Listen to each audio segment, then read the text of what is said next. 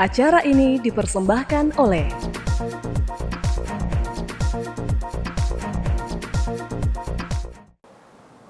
Halo pemirsa, senang sekali saya Putri Najwa dapat kembali menyapa Anda dalam Unhas Daily. Dalam beberapa menit ke depan kami akan menyajikan berita terpercaya hanya untuk Anda.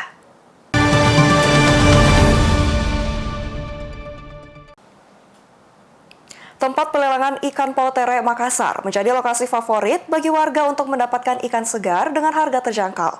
Tidak hanya warga Makassar, pembeli dari Kabupaten Maros dan Goa juga berbelanja ikan di tempat ini.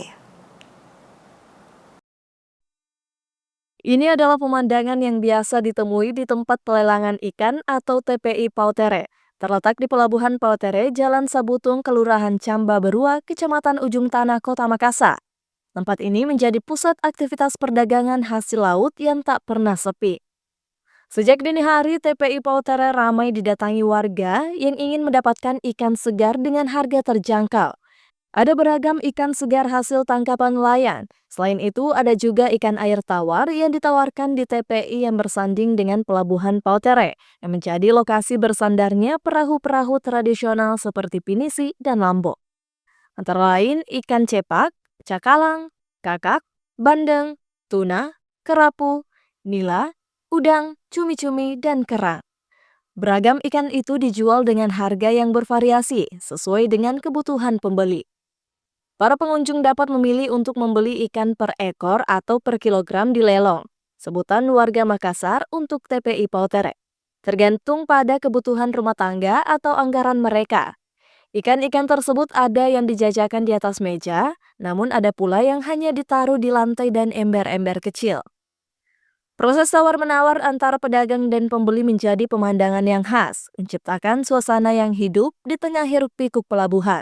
Tak jarang ibu-ibu rumah tangga rela menempuh perjalanan jauh untuk berbelanja ikan seperti dari Kabupaten Maros dan Goa. Saya dari Maros. Sering beli ikan di sini? Sering. Kenapa pilih jauh-jauh ke sini beli ikan?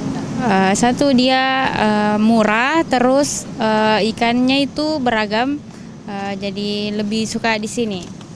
Ikan apa yang paling sering dibeli di sini? Ikan cakalang, layang, yang itu aja. Yang paling sering. Sampai berapa kita beli ikan? Paling banyaknya itu 100.000. Karena di sini kan banyak varian ikannya, terus segar-segar, terus lebih murah dibandingkan di pasar. Kalau dibandingkan di pasar itu berapa harganya?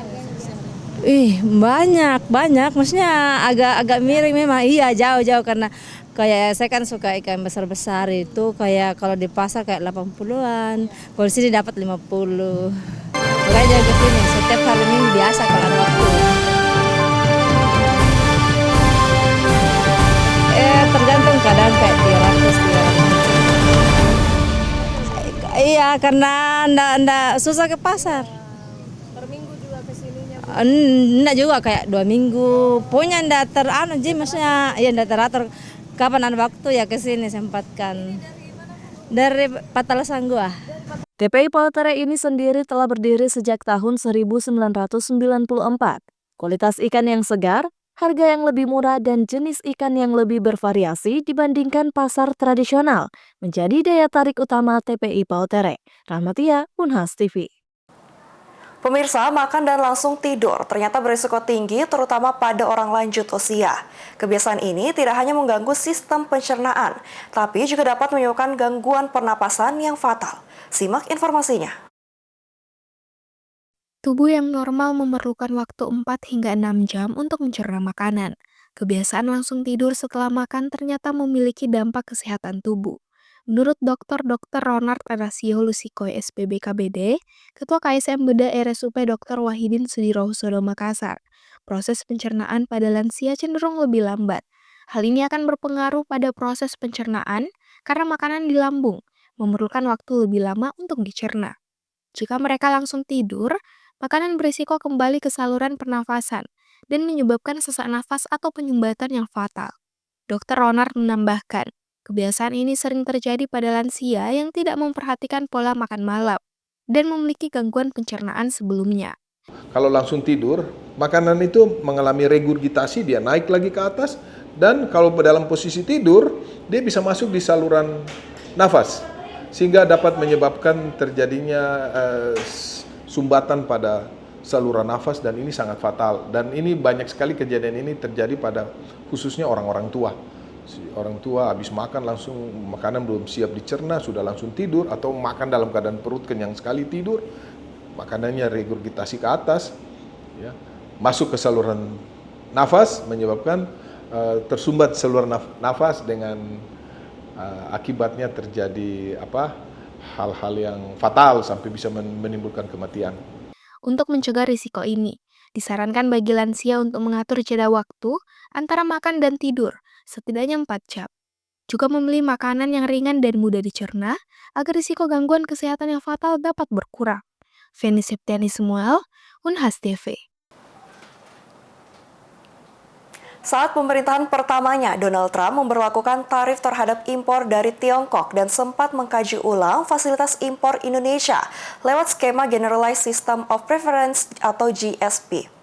Bagaimana potensi hubungan Amerika Serikat-Indonesia di bawah pemerintahan keduanya selama 4 tahun ke depan?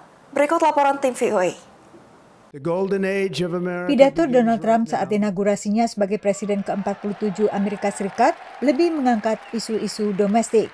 Tapi menurut perwakilan Indonesia yang ikut menyaksikan pelantikan dari kompleks Gedung Capitol, terlihat adanya potensi mendekatkan Indonesia dengan Amerika. Banyak hal-hal yang tadi disampaikan oleh Presiden Trump itu sebenarnya juga kita kurang lebih aspirasinya ke sana.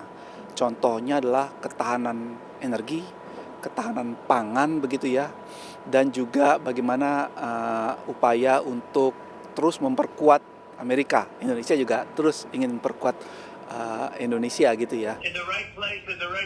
Juga hubungan yang baik antara Presiden Trump dengan Presiden Prabowo itu menjadi modal untuk kerjasama kita. Sebelumnya Amerika Serikat di bawah Joe Biden dan Indonesia di bawah Joko Widodo telah meningkatkan hubungan kemitraan strategis komprehensif. Hubungan selanjutnya antara pemerintahan Trump dengan pemerintahan Prabowo masih sulit ditebak. It's very hard to make predictions because Trump is mercurial and transactional, and Indonesia has never been a place that has really been on his radar other than, I think, a building project in Jakarta that his name is or was attached to. Tapi dari pilihan Menlunya, analis bisa memproyeksikan pemerintahan kedua Trump bakal tetap keras terhadap Tiongkok seperti pemerintahan pertamanya dulu dan juga pemerintahan Biden. He's appointed some China hawks, if you will, people who believe that a hardline policy towards China is appropriate. Marco Rubio, the new Secretary of State, is one of those. So that might put Indonesia in a difficult position since it has not been willing to join the anti-China bandwagon. So to the extent that the United States tries to pressure Indonesia to move in that direction, that could lead to some conflict. Selama menjadi senator, Marco Rubio dikenal sangat kritis terhadap Tiongkok, baik terkait perlakuannya terhadap minoritas Uighur di dalam negeri maupun sepak terjangnya di kawasan Indo-Pasifik.